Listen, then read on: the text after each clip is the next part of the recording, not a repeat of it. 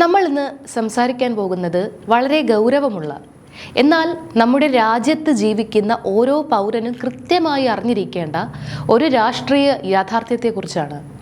രാജ്യത്ത് 2014 ശേഷം, അതായത് ഈ സംഘപരിവാർ ഫാസിസ്റ്റ് ഭരണകൂടം അധികാരത്തിൽ വന്നതിന് ശേഷം, അല്ലെങ്കിൽ ഒന്നുകൂടി വ്യക്തമായി പറഞ്ഞാൽ നരേന്ദ്രമോദി ഇന്ത്യയുടെ പ്രധാനമന്ത്രിയായതിന് ശേഷം ഇവിടെ എന്താണ് ശരിക്കും നടക്കുന്നത്?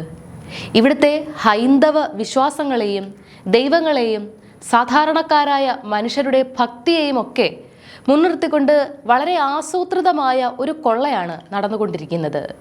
ഇപ്പോൾ ഏറ്റവും ഒടുവിലായി പുറത്തുവരുന്ന വാർത്തകളും ചില ദൃശ്യങ്ങളും കാണുമ്പോൾ നമ്മൾ ഞെട്ടിപ്പോകും. കാരണം അയോധ്യയിലെ രാമക്ഷേത്ര നിർമ്മാണവുമായി ബന്ധപ്പെട്ട് നടന്നിട്ടുള്ള കൊള്ളയടി നമ്മൾ വിചാരിച്ചതിലുമൊക്കെ എത്രയോ മുകളിലാണ്. അത് കേവലം അയോധ്യയിൽ മാത്രം ഒതുങ്ങുന്ന ഒന്നല്ല. ഇന്ത്യയിലെ പ്രശസ്തമായ കേദാർനാഥ് ക്ഷേത്രത്തിൽ നിന്നും, മഥുരയിലെ ശ്രീകൃഷ്ണ ക്ഷേത്രത്തിൽ നിന്നും, മധ്യപ്രദേശിലെ പ്രധാന ക്ഷേത്രങ്ങളിൽ നിന്നുമൊക്കെ സമാനമായ കൊള്ളയുടെയും അഴിമതിയുടെയും വിവരങ്ങളാണ് ഇപ്പോൾ പുറത്തു വരുന്നത്. അതായത് സർവത്ര കൊള്ളയാണ് നടക്കുന്നത്. എന്താണ് ഇതിൻ്റെയൊക്കെ പിന്നിലെ യഥാർത്ഥ ലക്ഷ്യം? നമുക്ക് വിശദമായി തന്നെ പരിശോധിക്കാം. ഈ ക്ഷേത്രക്കൊള്ളയുടെ പണം എങ്ങോട്ടാണ് പോകുന്നത് എന്ന് മനസ്സിലാക്കണമെങ്കിൽ നമ്മൾ കേരളത്തിലേക്കൊന്ന് നോക്കണം. ഈ അടുത്ത കാലത്ത് കേരളത്തിലെ BJP ആസ്ഥാനമായ മാരാർജി ഭവനിൽ നിന്നും ചില സംഭാഷണങ്ങളും ദൃശ്യങ്ങളും പുറത്തു വന്നിരുന്നു. എന്തായിരുന്നു അത്? കഴിഞ്ഞ 2026 നിയമസഭാ തെരഞ്ഞെടുപ്പ് ലക്ഷ്യം വെച്ചുകൊണ്ട് BJPയുടെ ഡൽഹിയിലെ കേന്ദ്ര ആസ്ഥാനത്ത് നിന്നും RSSന്റെ നാഗ്പൂരിലെ ആസ്ഥാനത്ത് നിന്നും കേരളത്തിലേക്ക് കോടിക്കണക്കിന് രൂപയുടെ പണമാണ് ഒഴുക്കിയത്. വെറും പണമല്ല, തീവ്രവാദ ബന്ധമുള്ള ഹവാല പണം. ചാക്കുകെട്ടുകളിലാക്കിയാണ് ഈ ഹവാല പണം കേരളത്തിലെ BJP നേതാക്കൾക്കായി കൊടുത്തുവിട്ടത്. പക്ഷേ ഇതിനകത്തെ ഏറ്റവും വലിയ കോമഡി എന്താണെന്ന് വെച്ചാൽ, ഈ പണത്തോടൊപ്പം തെരഞ്ഞെടുപ്പ് പ്രചാരണത്തിന് ഉപയോഗിക്കാനുള്ള BJPയുടെ കൊടികളും ഡൽഹിയിൽ നിന്ന് ഫ്രീ ആയി കൊടുത്തുവിട്ടിരുന്നു. എന്നാൽ ഇവിടുത്തെ നേതാക്കൾ എന്താണ് ചെയ്തത്? ആ ഹവാല പണം സ്വന്തം പോക്കറ്റിലാക്കാൻ വേണ്ടി അവരൊരു വഴി കണ്ടെത്തി. ഡൽഹിയിൽ നിന്ന് ഫ്രീ ആയി വന്ന കൊടികൾ ഇവിടെ പ്രാദേശികമായി വില കൊടുത്ത് വാങ്ങിയതാണെന്ന് കാണിച്ച് വ്യാജ ബില്ലുകൾ ഉണ്ടാക്കി. എന്നിട്ട് ആ ബില്ലിൻ്റെ തുക ഈ ഹവാല പണത്തിൽ നിന്ന് മാറ്റി നേതാക്കൾ സ്വന്തം പോക്കറ്റിലിട്ടു. നിങ്ങളൊന്ന് ആലോചിച്ച് നോക്കൂ, സ്വന്തം പാർട്ടിയുടെ കൊടിയിൽ നിന്ന് വരെ പണം ഉണ്ടാക്കുന്ന ആ ഒരു അവസ്ഥ. BJPയിലെ ഏറ്റവും താഴെത്തട്ടിലുള്ള കൃമികീടങ്ങൾ മുതൽ മുകളിലിരിക്കുന്ന വലിയ നേതാക്കൾ വരെ ഈ പണം തിന്ന് സുഖിക്കുകയാണ്. ഇവിടെ നേതാക്കൾക്ക് ഫണ്ടിന് യാതൊരു കുറവുമില്ല. നമുക്കറിയാം, ദല്ലാൽ നന്ദകുമാറുമായി ബന്ധപ്പെട്ട പഴയ ഒരു ഭൂമി ഇടപാടിൽ ശോഭാ സുരേന്ദ്രൻ അഡ്വാൻസ് വാങ്ങിയ 25 ലക്ഷം രൂപ തിരിച്ചു നൽകിയത് ഈ ഹവാല പണത്തിൽ നിന്നാണ് എന്ന തരത്തിലുള്ള ഗൗരവമായ വിവരങ്ങളാണ് പുറത്തു വരുന്നത്. എങ്ങനെയാണ് RSSന് ഇത്രയും പണം വരുന്നത്? ഏകദേശം 2500ഓളം വരുന്ന വിദേശ സംഘടനകളിൽ നിന്നാണ് RSSന്റെ അക്കൗണ്ടിലേക്ക് ഫോറിൻ ഫണ്ട് വരുന്നത്. ഇതിൻ്റെ മറ്റൊരു വശം എന്താണെന്ന് വെച്ചാൽ, RSSന് ഇൻകം ടാക്സ് കൊടുക്കേണ്ടതില്ല. അവർക്ക് കൃത്യമായ രജിസ്ട്രേഷനുകളോ ഓഡിറ്റിങ്ങോ ഒന്നുമില്ല. അപ്പോൾ ഒരു വശത്ത് ഈ ഹവാല പണവും വിദേശ ഫണ്ടും, മറുവശത്ത് ക്ഷേത്രങ്ങൾ വഴിയുള്ള വരുമാനവും. നമുക്ക് വീണ്ടും രാമക്ഷേത്രത്തിലേക്ക് തന്നെ വരാം.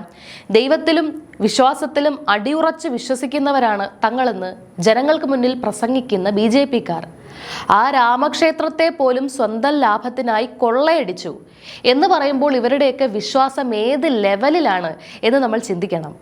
അയോധ്യയിൽ ക്ഷേത്ര നിർമ്മാണത്തിനായി ഭൂമി വാങ്ങിയ അന്നു മുതൽ തുടങ്ങിയതാണ് ഈ കൊള്ളയടി. കോടികൾ വിലമതിക്കുന്ന ഭൂമി ഇടപാടുകളിൽ വലിയ അഴിമതി നടന്നു. അതിനുശേഷം ക്ഷേത്ര നിർമ്മാണത്തിനായി ഉപയോഗിച്ചിരുന്ന കല്ലുകൾ, മാർബിളുകൾ, മറ്റ് നിർമ്മാണ സാമഗ്രികൾ ഒക്കെ തന്നെ ഏറ്റവും ചീപ്പ് ക്വാളിറ്റിയിലുള്ള വില കുറഞ്ഞ സാധനങ്ങളാണ്. എന്നാൽ ഇവരുണ്ടാക്കി വെച്ചിരിക്കുന്ന ബില്ലുകൾ നോക്കിയാൽ നമ്മൾ ഞെട്ടിപ്പോകും. ഏറ്റവും ഉയർന്ന ക്വാളിറ്റിയിലുള്ള സാധനങ്ങളുടെ 4 ഇരട്ടി വിലയിലാണ് വ്യാജ ബില്ലുകൾ ചമച്ചിരിക്കുന്നത്. ഈ കൊള്ളകളൊന്നും പ്രധാനമന്ത്രി നരേന്ദ്രമോദി അറിയാതെയാണ് എന്ന് ആരെങ്കിലും കരുതുന്നുണ്ടോ? ഒരിക്കലുമല്ല. കാരണം പ്രധാനമന്ത്രിയുടെ ഓഫീസിനെ പ്രതിനിധീകരിച്ച് ഒരു മുൻ IAS ഓഫീസറാണ് ഈ രാമക്ഷേത്ര ട്രസ്റ്റിന്റെ ഭാഗമായി ഇരിക്കുന്നത്.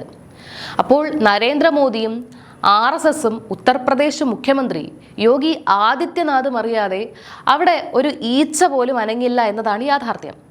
ഇതേ രീതി തന്നെയാണ് ഇപ്പോൾ കേദാർനാഥിലും മധുരയിലും ഒക്കെ നടക്കുന്നത്. ക്ഷേത്രങ്ങളുടെ വികസനത്തിന്റെ പേരിൽ കോടികൾ പിരിച്ചെടുക്കുകയും നിർമ്മാണത്തിൽ അഴിമതി നടത്തുകയും ചെയ്യുക എന്നതാണ് ഇവരുടെ ഒരു സ്ഥിരം ശൈലി. ഇനി ഇതിന്റെ മറ്റൊരു രാഷ്ട്രീയ വശം കൂടി നമ്മൾ കാണേണ്ടതുണ്ട്. അയോധ്യയിലെ രാമക്ഷേത്രം പണിത് അതിൻ്റെ ഉദ്ഘാടനവും പ്രതിഷ്ഠയും ഒക്കെ കഴിഞ്ഞ് ഇത്രയും നാളായിട്ടും ഈ നിമിഷം വരെ രാജ്യത്തിൻ്റെ ആഭ്യന്തരമന്ത്രിയായ അമിത്ഷാ അവിടെ ഒരു സന്ദർശനം നടത്തിയിട്ടില്ല. എന്തുകൊണ്ടാണ് അദ്ദേഹം വരാത്തത്?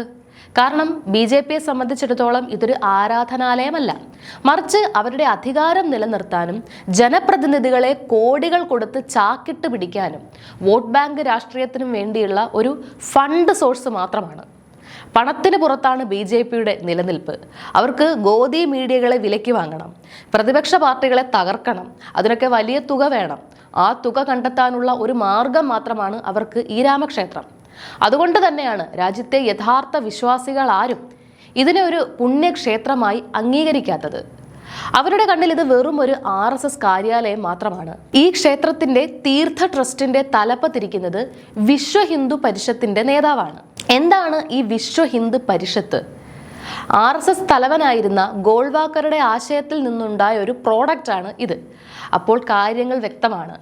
RSS അറിയാതെ അവിടെ ഒന്നും നടക്കില്ല എന്നുള്ളത്.